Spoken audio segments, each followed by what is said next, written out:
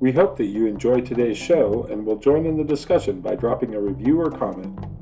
Please be aware that not all conversations on this show are suitable for children. Additionally, we may talk about things such as sexual abuse, domestic violence, and drug or alcohol abuse. If you feel that these things may trigger you, please do not tune in. Finally, if you are a heavy daily user of alcohol or drugs and are considering stopping, please consult a medical professional for assistance. It would be tremendous if you would like and share our content or even subscribe to our channel. Welcome to the conversation. As promised, a second round of Rich and Rich where we continue our questions.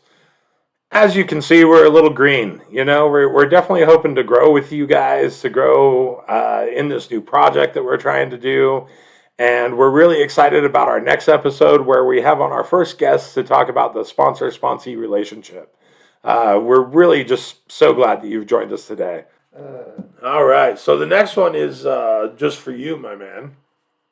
Because I don't have a daughter. But so how did it feel when you realized that your daughter would never have to see or experience you drunk again?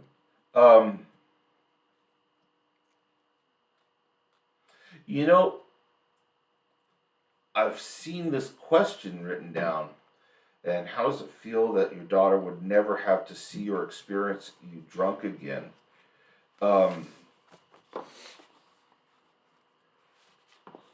It's one of those worries.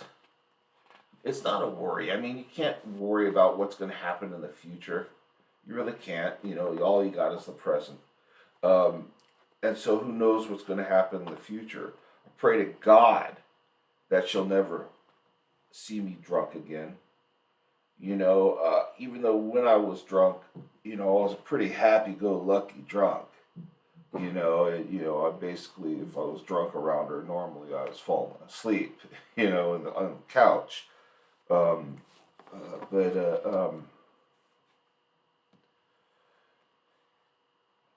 Yeah, it's a tough one. To answer that question, it's tough just because one of the things, there's so many things that keeps you sober.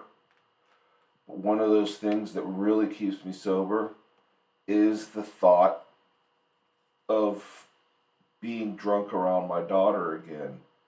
I don't want to do that. I don't want to do that. That is part of my God wall. That is part of what keeps that arm away from any alcohol at all. Is my daughter, and it's such a strong feeling of it's a powerful feeling of not wanting to drink again, and because of my daughter, just because the human being that she's become is so amazing. I mean, she is everything a father could ever pray for in a daughter. And that's not just me being, the doting dad and stuff. She's a pretty flippin' amazing person. And the fact that I could have killed her, driving drunk as many times as I did. I mean, we are so tight, my daughter and I. We are great buddies. We always have been. And just reading that, her see me drunk again, I pray that I won't. Yeah. That's all I can do. She's just the nicest human being I've met in my entire life. It's my daughter. And God just did something for me. I don't know why, but decided to give me this daughter that's amazing. And I don't want to be drunk around her. I just don't. Kind of gets me that question. Yeah. So yeah. I love that. Because you hear people say, you have to get sober for yourself. It's a selfish program.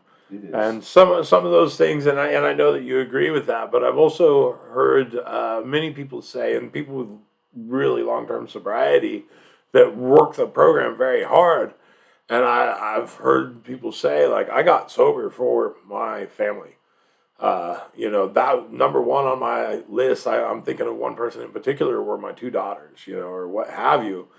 and that was enough for me. And you know, it's okay if that's your motivation, you know, and in some cases that's what keeps you sober. You know, it's Yeah. what keeps you from going back. Yeah, that's You that's know, where it is. and there are you know, sometimes it's that relationship that, you know, some people, that relationship can be a big part of your higher power. You know, it's just people find their own ways. That's one of the beautiful things about sobriety is there are many paths to the same goal.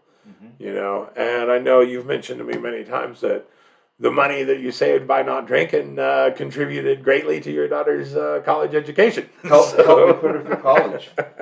Tell you, she got a degree that she is using. Yeah. And I couldn't be more proud of her. Man, Yep. she's so cool. Yeah. Man, sorry about bragging on my daughter. Ah, I don't know how many people don't want to hear it, but yeah. that's okay. That's something to brag about. All right. What was the most important thing or activity for you to do in early sobriety? You're still in yeah, right. Yeah, So that's, you're still, you know, it's for both of us. But so what's the most important thing for you right now? man, for me, it's been, I was so resistant to it over my first few years of trying, but man, I am going to a meeting pretty much every day of the week right now, and it's super rewarding. Super rewarding to be in a meeting with my people. You know, you just feel so comfortable and so accepted, and you know, just surrounded by people who get what you're going through. No matter if you're having a good day or a bad day, you know, that's really important. And to the other thing is to just be really nice to yourself. To be super understanding and patient with yourself. To know that you're going to have good days and bad days, and it's not an easy thing that you're doing. So, you know, for being a person that relapsed a lot over the last 3 years, like, don't dwell on that. It's okay. It's something that happened. It's the past. You can't do It's anything about it. part of what happened. It taught me things. I learned from it. It's in the past. God willing, it won't be part of my future. Move on and, you know, live for today. Don't think about yesterday or tomorrow. Be nice to yourself and get to a meeting. So you're learning to love yourself that much more. And a baby. Yeah. The most important thing or activity for me to do in early sobriety, it was important for me to go to meetings, absolutely, and say, you know, be in touch with my sponsor, of course, absolutely, being of service, of course. But in early sobriety, I really felt like I had let my work down. I was, you know, I was pretty important to my work, and I had failed them, you know, for a couple of years, and so I really had to make a working amends to them, and so it was really important for me to work my butt off. And in early sobriety, that was one thing that I think helped me stay sober is making sure my work ethic was pristine, and that I was doing as credible a job at work as I possibly could. And that was one of the things. I know it sounds. I haven't heard that from a whole lot of people, but that was one of the things that was really important to me for you know, the rest of my career with the company I was with. I could not shake the fact that I had to make amends to this company, even though, yeah, my job was altered only for a couple of years. It was still altered, and I didn't sit right with me. So, yeah. What tips, suggestions do you have for those of us trying to stay sober that may find themselves in situations where others might be drinking or using? Okay, so like if you go somewhere like a party, Parties, weddings, stuff like vacations, that. yeah, family vacations, maybe things like that. I've got a cooler that goes with me everywhere. I've got my caffeine-free Diet Pepsi, goes with me everywhere. I just take that, and I really enjoy it. It's my treat. It's, I just, that's what I have. I just take that with me. Um, at first it was pretty difficult being around people that drank. That was one thing that got me. Um, I I relapsed because I'm an alcoholic. I mean, that's the first reason why you relapse. But going to a party and watching people drink and have a good time and me not doing it, that was rough. I wouldn't drink at the party, but I'd wait until I'm home and I'd have all this resentment piled up because I couldn't drink like all the rest of them. And so then it'd be F you, I'm going to drink now because I'm resentful that I couldn't drink with, these other people, and so it would get me then, So, also, I'm a root beer connoisseur, and so I'll also bring real good root beer with me to some get-togethers, and I'd crack a really good root beer, and that would get that would make me happy too. So yeah, that's what I do. There you go. Yeah, I mean, I think bringing your own beverage is a really good tip, or at least ensuring that there will be alternative beverages there for you to and making sure you got someone on your side, someone who's got your back. Sober buddy is a big deal, right? Yeah. So important. Yeah. Someone who's got your back and will not drink. Yeah. With you. Yeah. I mean, even after 9, almost 10 years of sobriety here, just always have to have that. Just because that resentment thing, I don't want that coming back. It has something for me. That's kind of one of those alarms that goes off for me. Sober body, a couple other things that, I'm really working with now is set a boundary, right? So, particularly for like a friend's birthday party or a wedding or something like that, setting a boundary, right? I will show up for the first hour. I will come to your reception for the first hour. That way, you're making your exit before the intoxication really starts to happen, right? And, you're only exposed to the celebration for so long. And, and you're able to make your exit before it starts to get fun, or what have you. But set that expectation, I feel like, with your friends in advance. Hey, yes, I would love to come to your birthday. I will come for the first hour and spend time with you and celebrate with you and then, have a piece of cake or what have you. And then I'm going to go ahead and excuse myself.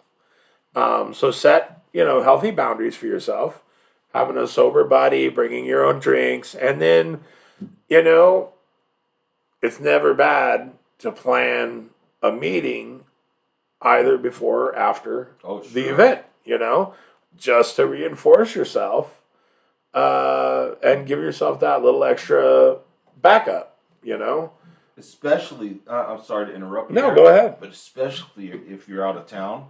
Yeah. And you got a meeting nearby. Yeah. I love going to meetings when I'm out of town. Yeah. And just meeting new people when I'm at a meeting. That's awesome. You now have 9 consecutive years of sobriety. Yeah. So first off, congratulations. Thank you. But in that, was there a time along the way that you found particularly difficult? Like, kind of like in marriage, they say 7-year itch, right? So was there a year or a set of years or something like that you were like, wow, that was tough to get through? Yeah, past 3 years. Yeah. Has been the most difficult for me. Well, it'll come up when we're going to be doing these. So I also have another disease that I'm taking with me for the rest of my life. I've got I'll just call it a nerve disease in my right arm, CRPS, complex regional pain syndrome, in my right arm, and the pain nerves don't talk to my brain correctly. They just don't get along really well, and so the nerves are always telling my brain that there's pain, from being on fire to whatever. So they're always having a little battle all the time, and so it's just a disease. It's a fairly rare one, and so I'm battling that all the time. So at first that was an option I thought of, but I've used the term before, but my God wall, boom, would stop it, and keep me from going out and getting a bottle or getting beer or whatever, and having a sponsee. That was the perfect time to have one. Perfect time. That's why, God was speaking, because right when I was diagnosed with the disease, at the same time I got rich as a sponsee, and I've been to so many great people in my life, friends as well as professionals that are helping me and have helped me, and so yeah, that is the past 3 years probably the most difficult time after the initial first year. I don't care what anyone tells you. You get that first 1 year sobriety, sobriety coin. That's heavy metal. That's the most difficult, But then after that, it's been less few years. Yeah. So. All right, let me get to another one. Have you ever worked or attended any programs other than Alcoholics Anonymous in your recovery? Not so much in early recovery, but I have been now. Over the last few weeks, I have diversified my program a little bit. So on Monday and Tuesday, I go to Alcoholics Anonymous programs. On Wednesday, I started going to a refuge recovery program, which is Buddhism based. So non-theistic, more practice based. And I find it to be a really interesting program. There's a meditation at the beginning.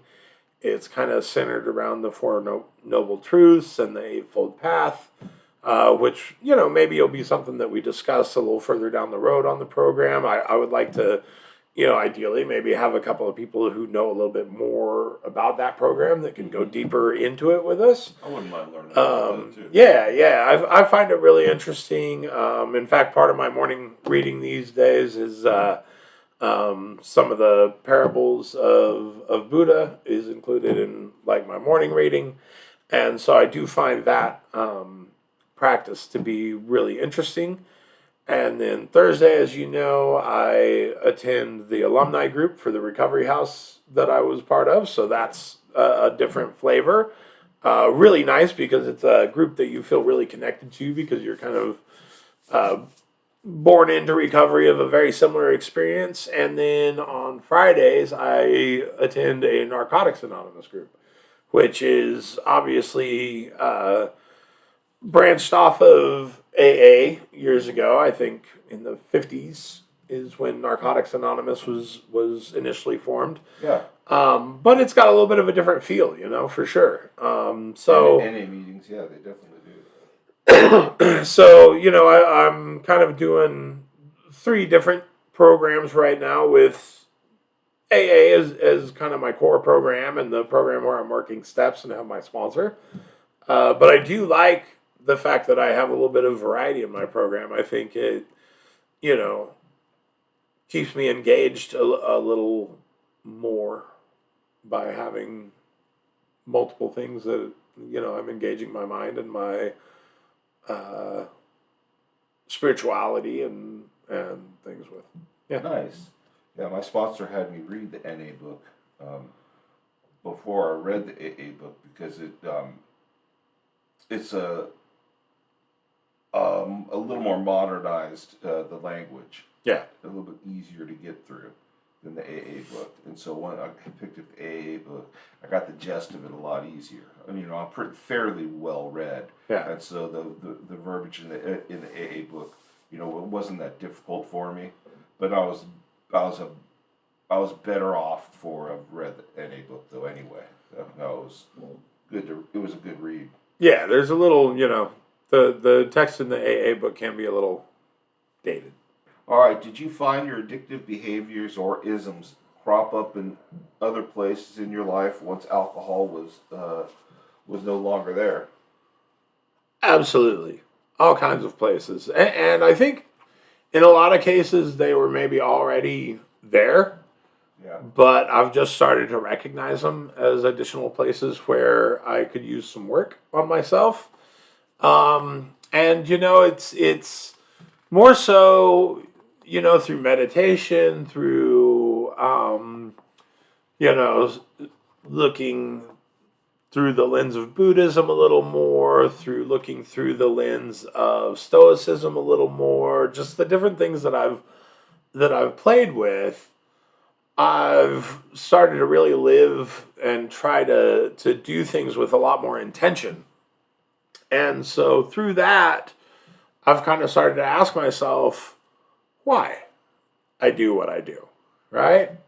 So when I suddenly have the urge to go buy this thing on Amazon, why am I buying that thing on Amazon? Is it because I need it or because I'm going to get a little feeling? Because I'm going to get a little dopamine release from buying that thing, right? Do I really need that piece of cake at the end of the day?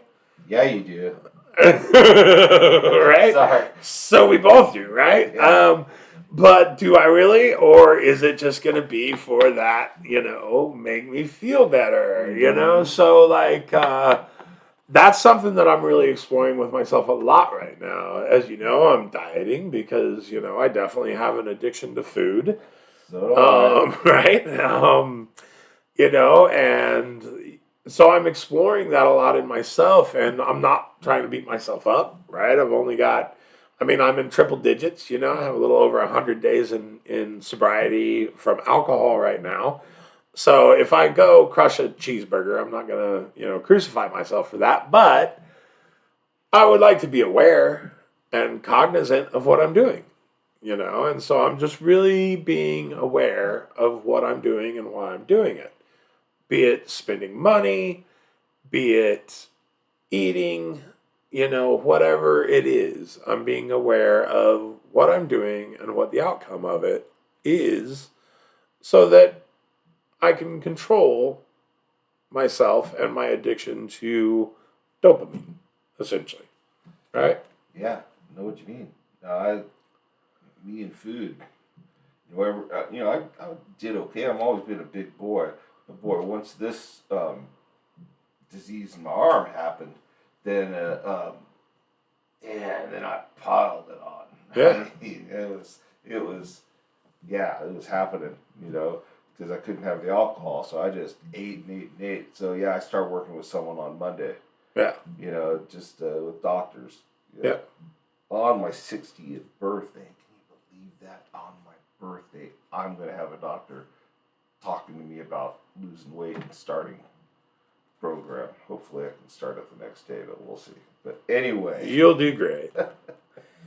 All right. So do you still have an occasional thought or dream about using or drinking? Yeah, I do. You'd figure after almost 10 years of sobriety, you wouldn't. But, I have dreams where I've got a fridge full of beer and I'm just drinking beer like it's no big deal. Putting it away with my buddies, watching a game and stuff like that. I have all these dreams of drinking like, a normie. Or, partying up, and, getting drunk and stuff like that. And I still have them. And I'll wake up and I'll just go, no, that was a dream. No, that was a dream. I didn't do that. I did not drink. And there's been a couple times I've had to really think, did I really drink? You know, when you first wake up and you're a little bit, groggy, and then I still have them. I had a doozy the other day. It was I don't think I told you about it. I don't remember, but so just sleeping along, and all of a sudden I started dreaming that I was with a couple other sober friends, and we were in a hotel or something, and there was alcohol available, but we wouldn't touch it. But there was also cocaine, and we were like, we'll do all the cocaine, but we won't touch the booze, you know. And of course, in my head, like, and when I wake up later, I'm like, what was that about, right? But we were like, all of it, you know, like, excuse me, my friends, my wife and I, we were like, we won't touch the booze, we can't drink, but yeah, all the cocaine, and then Can't like, do the cocaine without drinking. ridiculous. I know, right? What's the whole point of it? But yeah, like still just woke me up, and I had to laugh at myself for that one because like just stupid. But yeah, it's funny how your brain, you know, it's always there. Those, you know, you hear or you read about certain things, and it says that, you know, over time the addiction cut grooves in your brain, Yeah. so to speak, that will always be there, right? Yeah, And must so. have some big grooves in it. Oh. Right, those channels are always there, looking for your guard to be down. So funny stuff. All right. Do you have a favorite old timer saying that you picked up around meetings? Yeah, so since I wrote this, I've been thinking about it, and there is one that like always when somebody says it, I'm always like kind of chuckle to myself, right? And you know, the one that always kind of gets me. I think particularly now that I'm like even more like on track with the program is, you know, hey, stick and stay around. Do the steps and give the best that you got at it, right? Do it for a few months. And if you've given your best and it doesn't work out for you, we'll refund your misery in full. I've always thought that's kind of funny, right? Yeah, Like, that is funny. you know, I always got a chuckle out of that one. You know, there's so many, but that's one that's not so foul, but you know, I hear a lot from the older guys that's been around the program for a while. Nice. No, mine is just like one of the sayings. I mean, I just love living life on life's terms. I just love living life on life's terms. It just cuts through so many different little layers. You know, it's so simple worded, but so complex if you really, really think about it. Living life on life's terms. And that was something that really got me through um, early addiction. You know, it just, okay, yeah, it's fair because that's what life brought me. That's the terms that I've signed up for. Okay, that's what life did. That's what I signed up for. This is me dealing with it. And so I just, you know, it's not, whether it's fair or not, that is what life is doing. And so we deal with it. And so that really got me going and helped me along at first. But now I still think about it at times when stupid stuff would happen and just, oh, why? Oh, okay, because it's life. You know, that's what I'm always brought back to. I like that one. Yep, absolutely. You know, that's very much the acceptance and surrender. You know, it's the 1, 2, 3 step, right? Yeah. Like, let's see. So again, and I brought this up because I know that it's something that you live with your disease. Yeah. But how do you handle situations where you have to take strong prescription drugs from your doctor without feeling that you're compromising your sobriety? Well, yeah. I just really, really have to be honest with myself. Be honest with my God.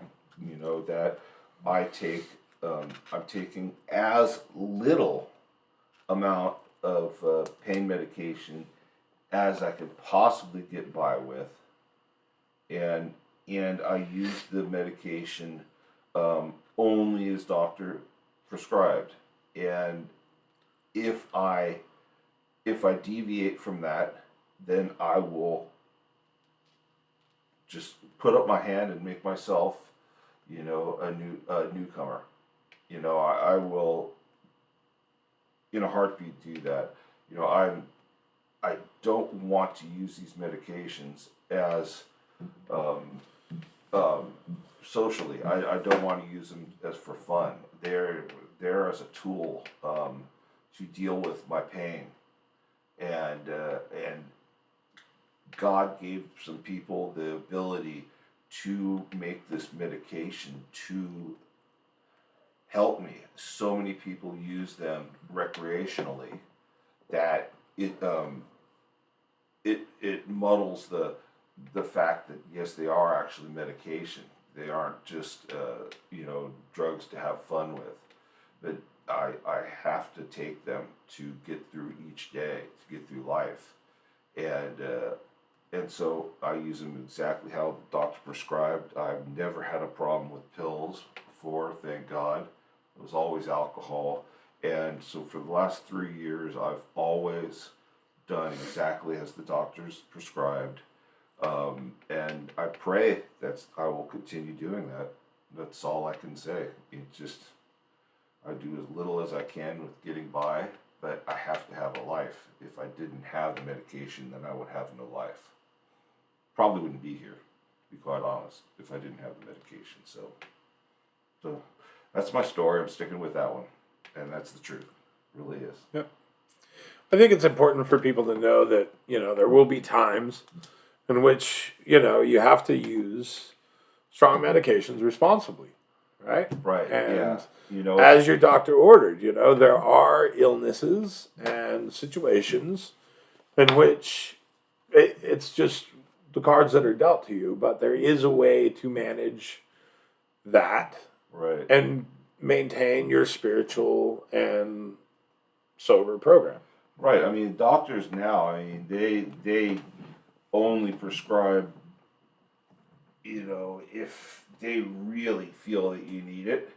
And most doctors, I'm sure there's still quacks out there, that'll, give it to you for, just to get you back and coming back for more. I'm sure they're still out there, but most of them will only give it to you, if you really need it. Most things can be used, with Tylenol and ibuprofen. That takes care of most of it. And I wish I could just take that, but I can't. But if you use just as doctor prescribed and be done with it as fast as you possibly can, there's nothing wrong with that in my book. I don't know. Who do you answer to? I don't know who to answer to. The book. And I don't know. I answer to myself, to God, and I'm fine with what I'm doing. In my God, I'm fine with what's going on. So, yeah. I think ultimately, over time, your conscious is what you answer to. Yeah, and my conscience is fine with it. I don't want to be aloof about it, but yeah. Yeah, absolutely. Yeah.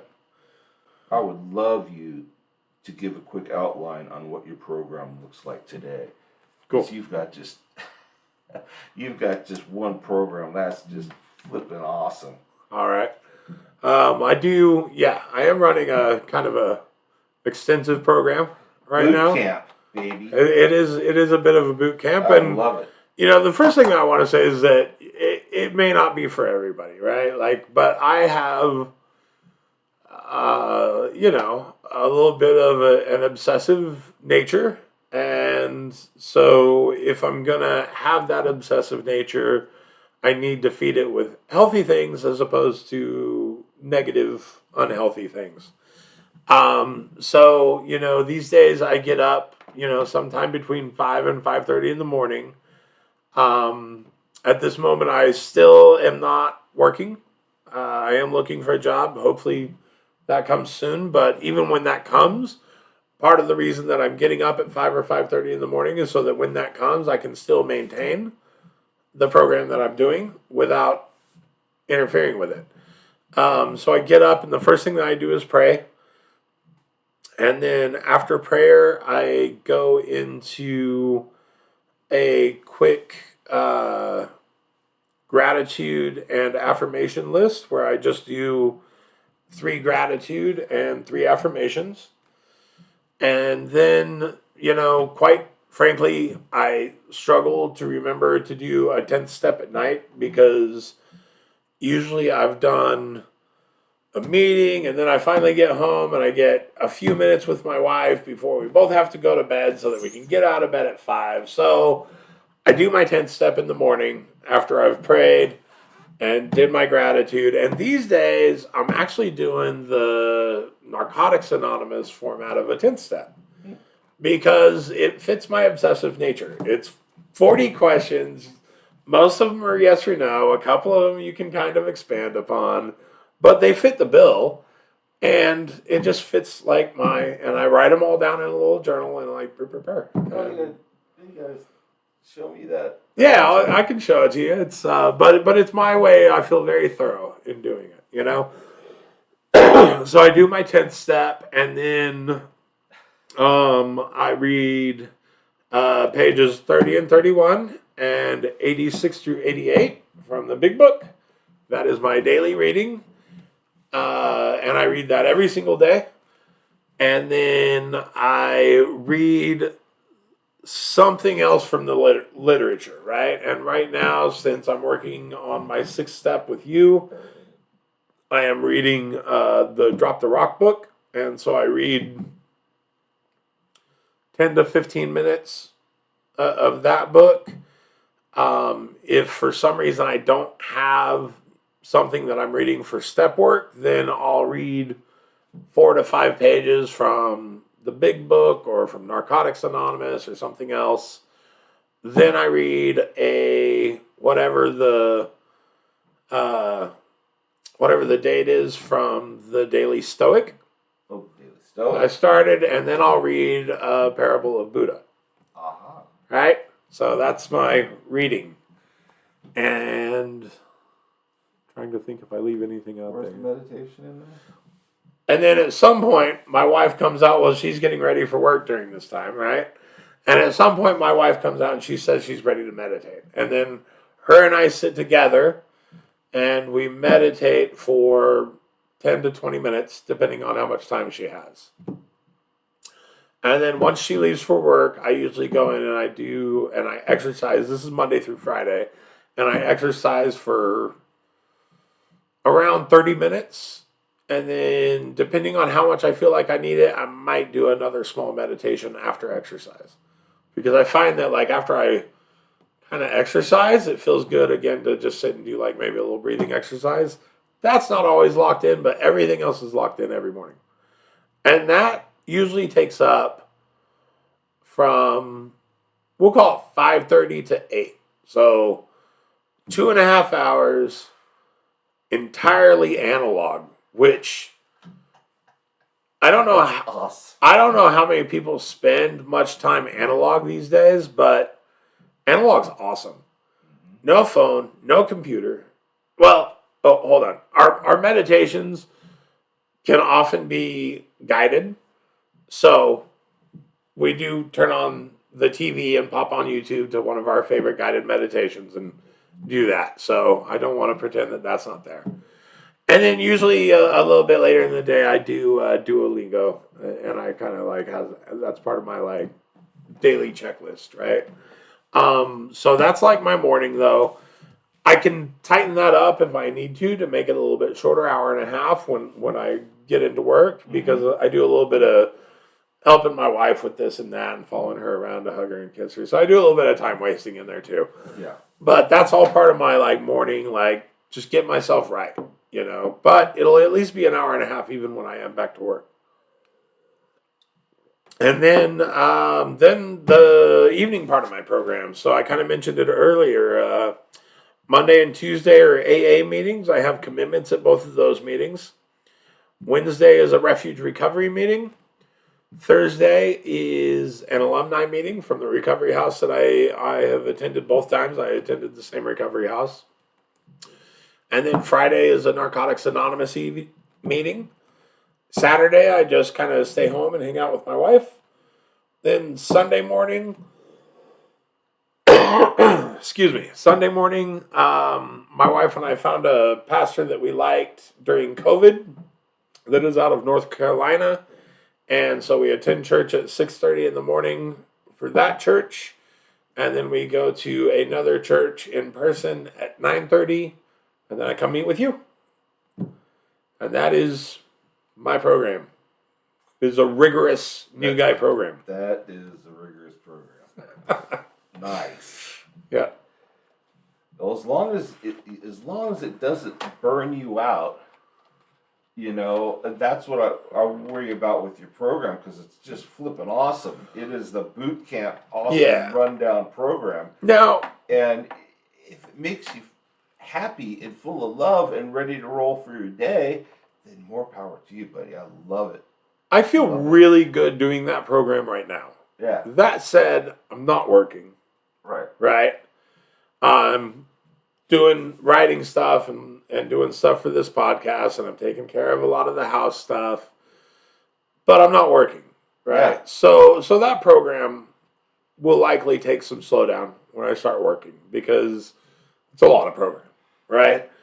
But there will be certain things that I won't allow to slow down. Well, see, you had a good program, when you were working before you relapsed, right? Too.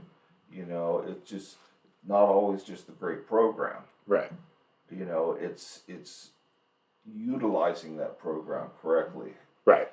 And that's, it's a great program, and then you just do it just for having a program and showing, just to have the coolest program. I think my mindset and my intention are in a much different place this time. You can't outsmart alcohol. Right.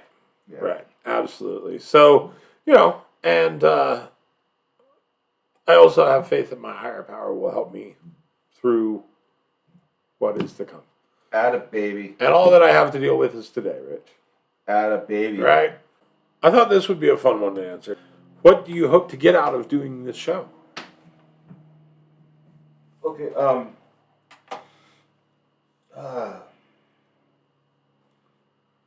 what do I hope to get out of this show?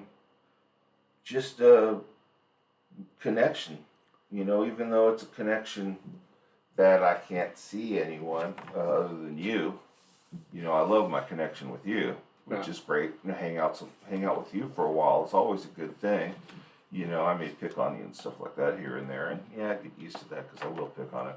But as well as I'd like to think I'm hanging out with you guys too, and opening up my world a little bit, which needs to be opened up a little bit more. And what do I want to get out of the show? Get out of doing the show? I'd love to help people stay sober, get sober / stay sober. It's a hell of a disease. It's a horrible disease. Alcoholism and addiction is just horrible. And if anything I could say, you could say, if there's anything we say that might be able to help you, that'd be great. One person we can help. That's worth me getting in the car and coming over here and doing this. Because, that's my buzz now. That's how I get a buzz, is helping people, stay sober, and helping this guy, and if I can think that someone out there is getting some good out of this, then that's why I'm doing this. So that's it. So why are you doing this, buddy? Very cool. I mean, a lot of the same reasons, to connect with an audience, to connect with our guests. I'm really looking forward to starting to have guests on the show, to hear about their experiences, to hear them expand on ideas that I haven't thought of, and, to have them inspire my sobriety more, to give me ideas and things that I can work on.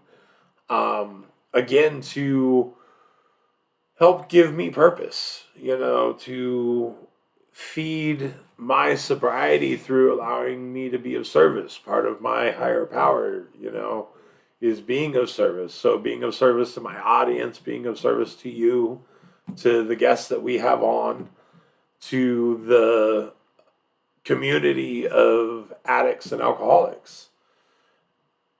And,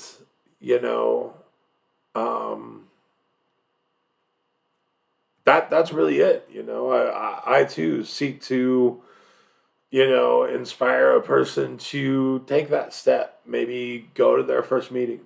Maybe Go back to meetings. go back to a meeting. Make the phone call to a hotline. Go ahead and sign up to go on that sober retreat, to Turn someone else on. go into rehab, to reach out to their brother that is maybe struggling and say, hey, maybe this episode of this podcast would interest you. They talk about some of the things that you talk about. Whatever. Listen to these idiots. Yeah, right? Anything. And to your point, if it helps one person, awesome. If it helps 10 people, awesome. It's just, to give something back, in a way that will reach a bigger audience, hopefully, than I would ever reach in just staying around my own little small community. If you have any questions about today's episode, you can reach out in our reviews or comments. You can find us on Facebook, on Instagram at A2P Discussion. You can reach out to the Riches on email at a2pdiscussion@gmail.com. Thank you for being part of my sobriety today. Thank you so much for giving us some of your time. We really hope you got something out of today's episode. We would be honored if you would like and share the episode or leave a review or comment with your takeaways. Don't forget to subscribe to tune into future episodes. Have a great day.